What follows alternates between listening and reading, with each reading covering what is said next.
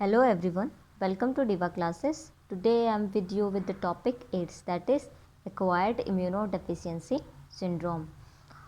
What it means? It means deficiency of immunity. And what is immunity? Immunity is the power of our body to fight against disease. हमारे body की power disease से लड़ने की, that is called immunity. And इस disease में हमारी immunity जो है वो इफ़ेक्ट होती है.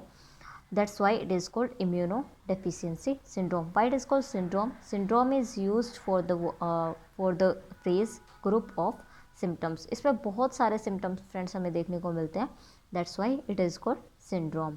अब हम देख लेते हैं कुछ facts about AIDS. The first one is World's AIDS Day, that is on 1st December. Second है फर्स्ट रिपोर्टेड केस. तो सबसे पहला रिपोर्टेड केस जो एड्स का आया था that was in 1981 in USA from homosexual males. Sexual males में सबसे पहले 1981 में USA में सबसे पहला केस आया.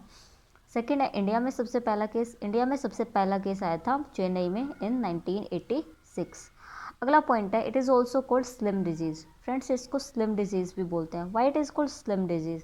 इसको स्लिम डिजीज़ फ्रेंड्स इसलिए बोलते हैं because the patient of AIDS lose weight drastically. वो बहुत कम टाइम में बहुत ज़्यादा वेट लूज करता है. That's why it is called slim disease. Drastic weight loss makes the patient slim and this is why it is called slim disease.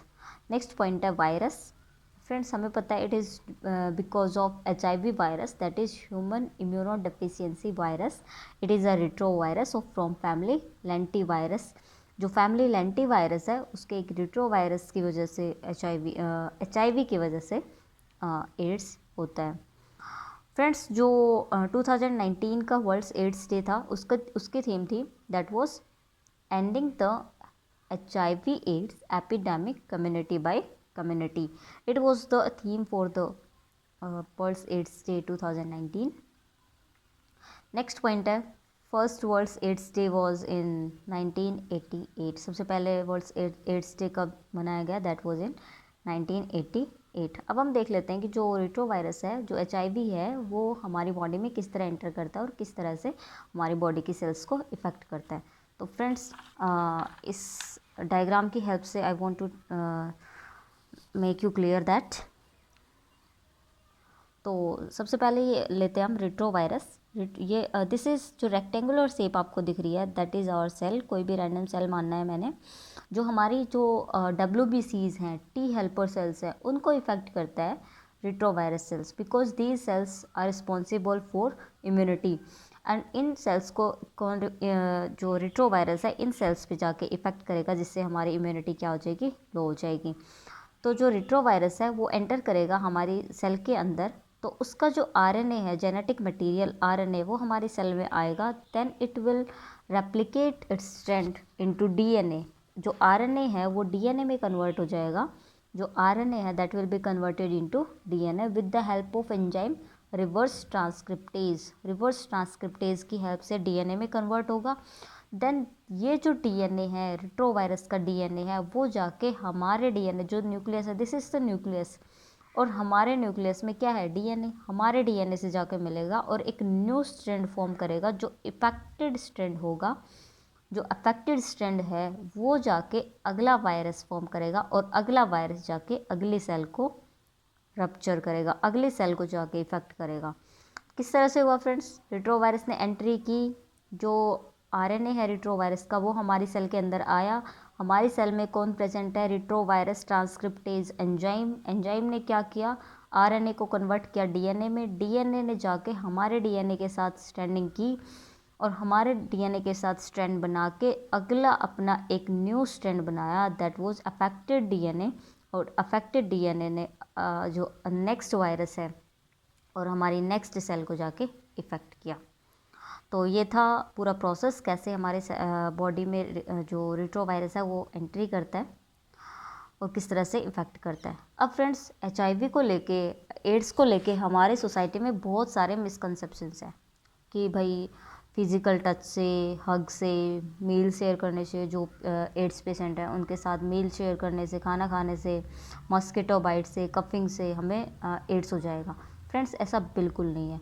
Ads होता है तभी जब बॉडी फ्लूइड कंटेक्ट में आते हैं विद द इन्फेक्टेड पर्सन।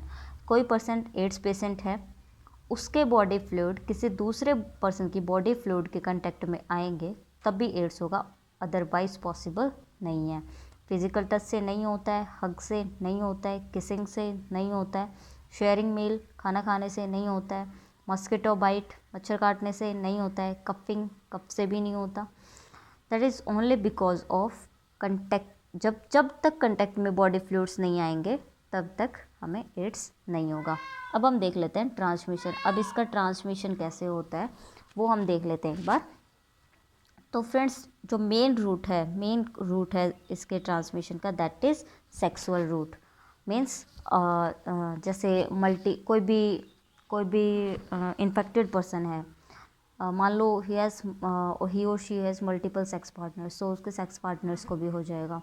अगला है prostitute, homosexuality, AI, artificial insemination. किसी भी अफेक्टेड पर्सन ने अपना सीमेन डोनेट कर दिया और वो सीमेन किसी फीमेल की बॉडी में इंजेक्ट किया गया तो उसको एड्स हो सकता है। सेकंड है ड्रग अब्यूज़र्स जो होते हैं वो एक ही सिरिंज को बहुत सारे लोग ड्रग्स लेने के लिए यूज़ कर लेते हैं। दैट्स वाई ड्रग अब्यूज़र्स में भी चांसेस होते हैं ट्रांसमिशन के। अगला पॉइंट है ब्लड ट्रांसफ्यूजन। किसी का भी इन्फेक्टेड पर्सन का ब्लड किसी भी दूसरे पर्सन की बॉडी में जाएगा तो चांसेस हैं ट्रांसमिशन के, एड्स HIV ट्रांसमिशन के चांसेस हैं। अगला है टैटोइंग। जो टैटोइंग मशीन है उसके थ्रू भी बहुत सारे लोगों में ये वायरस जाने के चांसेस रहते हैं। अगला है poorly sterilised medical instruments. Friends, जो पहले होते थे एक ही सिरंज से बहुत सा को पहले गर्म पानी में उसकी जो नीडल है उसको रखते थे स्टेरलाइज करने के लिए।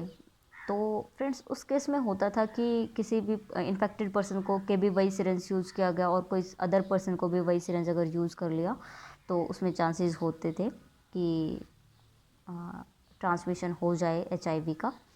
अगला है फ्रॉम मदर टू फीटस। अगर कोई फीमेल है जो प्रेग्नेंट है तो उसमें चांसेस होते हैं कि जो ये वायरस है ये थ्रू प्लेसेंटा, क्योंकि प्लेसेंटा एक कनेक्शन है between mother and foetus, mother और फीटस के बीच में प्लेसेंटा के थ्रू ये वायरस एंटर कर सकता है।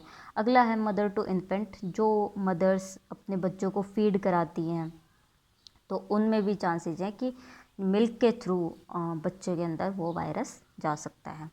तो that was all about transmission. अब हम बात करते हैं सिम्टम्स ऑफ दिस डिजीज़। इस डिजीज़ के सिम्टम्स क्या क्या हैं। तो पहला है फीवर रहेगा, डायरिया रहेगा, वेट लॉस मैंने सबसे पहले बताया आपको। थर्ड पॉइंट आता है tuberculosis. Friends, this is the most common infection because AIDS है क्या, एड्स है हमारी इम्यूनिटी का कम होना। जब इम्यूनिटी हमारी कम हो गई तो बहुत सारे पैथोजेंस को एक चांस मिल जाएगा हमारी बॉडी में एंटर करने के लिए। तो जो सबसे पहले जिसके चांसेस हैं, जिस बैक्टीरिया के हमारी बॉडी में पैथोजन के एंटर करने के चांसेस हैं, दैट इज़ ऑफ ट्यूबरकुलोसिस। तो TB होने के चांसेस हैं, निमोनिया होने के चांसेस हैं, कैंसर होने के चांसेस हैं। तो इन सब डिजीज़ की वजह से, क्योंकि बॉडी की इम्यूनिटी तो है ही नहीं, कोई भी पैथोजन आएगा बॉडी में ईजिली एंटर करेगा और वहाँ पे जाके डिजीज़ कॉज करेगा। अब बात कर लेते हैं हम टेस्ट की, कौन सा टेस्ट होता है। तो स्क्रीनिंग टेस्ट जो एड्स के लिए होता है दैट इज़ एलिसा टेस्ट, जिसकी फुल फॉर्म है एंजाइम लिंक्ड इम्यूनोसॉर्बेंट एसे। ये टेस्ट बहुत सारे अदर पर्पजेज़ के लिए भी होता है, like pregnancy test, hepatitis, STDs, sexual transmitted disease, thyroid test, किसी के थायराइड ग्लैंड का टेस्ट कराना हो, और थायराइड हार्मोन्स का जो टेस्ट होता है, STDs का है, हेपेटाइटिस का है, प्रेगनेंसी टेस्ट है, तो उन सब के लिए स्क्रीनिंग टेस्ट होता है ELISA, enzyme linked immunosorbent assay. Confirmatory, ये this is a screening test कि हाँ हो सकता है, बट कन्फर्मेटरी टेस्ट जो होता है एड्स के लिए that is western blot test. This is the confirmatory test. अब बात करते हैं हम ट्रीटमेंट की। तो friends this is an inevitable, इसमें डेथ इज़ इनएविटेबल, कि कोई भी क्योरेबल नहीं है ये डिजीज़, कोई भी वायरल डिजीज़ है। और इस जो HIV वायरस है वो इतना ज़्यादा म्यूटाजेनिक है, this is the mutagenic virus, कि इसका जो मान लो एक बार ड्रग हमने डेवलप कर भी ली, कुछ टाइम बाद क्या होगा कि वो अपना जो जेनेटिक मटेरियल है RNA उसको मॉडिफाई कर लेगा और वो जो ड्रग है उस पर इफ़ेक्ट करना बंद कर देगी। तो दैट्स वाई जो वायरल डिजीज़ हैं उनके लिए जो वैक्सीन है या ड्रग्स हैं वो बहुत मुश्किल से अवेलेबल हो पाती हैं। और जो रिट्रो वायरस है, HIV वायरस है, वो तो बहुत ज़्यादा जो म्यूटाजेनिक है, दैट्स वाई इसके लिए कोई इफ़ेक्टेड ड्रग नहीं है। तो मतलब डेथ होनी ही होनी है, बस हम उसको कुछ टाइम के लिए स्टॉप कर सकते हैं, बाकी डेथ होनी ही होनी है। Death is inevitable, so prevention is better than cure. एक थेरेपी यूज़ की जाती है दैट इज़ हार्ट, जिसको बोलते हैं highly active anti retroviral therapy. इसमें क्या किया जाता है कि जो रिवर्स ट्रांसक्रिप्टेज है, जो RNA को कन्वर्ट कर रहा था DNA में, उसको जो रिवर्स ट्रांसक्रिप्टेज है उस पर एक्ट करती है ये थेरेपी, और उसको यहाँ से किल करती है। तो जो RNA है वो DNA में कन्वर्ट नहीं हो पाता और हमारे DNA के साथ स्ट्रैंड नहीं बना पाता। तो ट्रीटमेंट तो इसका है नहीं, तो इससे बेटर क्या है, प्रिवेंशन। अब हम बात करते हैं प्रिवेंशंस के। तो सबसे पहले हम बात करें एजुकेशन की। जो WHO है, NACO है, नेशनल एड्स कंट्रोल ऑर्गेनाइजेशन, और कुछ NGOs हैं, ये बहुत सारे एफर्ट्स कर रही हैं लोगों को एजुकेट करने में और इसके लिए अब टू अवेयर अबाउट कैंसर। अगला है क्या होना चाहिए, बैन ऑन प्रोस्टिट्यूशन होना चाहिए, safer sex, awareness about condoms, that these can prevent the transmission of AIDS. अगला है sterilisation of razors, blades and other equipments. जो बहुत सारे लोगों को सेम इक्विपमेंट्स यूज़ किए जाते हैं, उनका अच्छे से स्टरलाइजेशन करके ही दूसरे को यूज़ किया जाना चाहिए।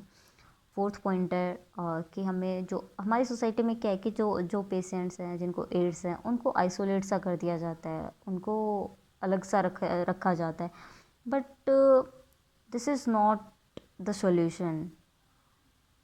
और उनके कांटेक्ट में आने से कोई भी ऐसा नहीं है कि उसके कांटेक्ट में आते ही हमको भी एड्स हो जाएगा, ऐसा नहीं होता है। जब तक आपके बॉडी फ्लूइड्स नहीं मिलेंगे तब तक नहीं होगा। अगला है कंट्रोलिंग ड्रग अब्यूजेस को भी कंट्रोल करके हम एड्स का प्रिवेंशन कर सकते हैं। तो that was all about AIDS. I hope you like it. Thank you to my subscribers, thank you very much. Keep watching. Please like and share my channel.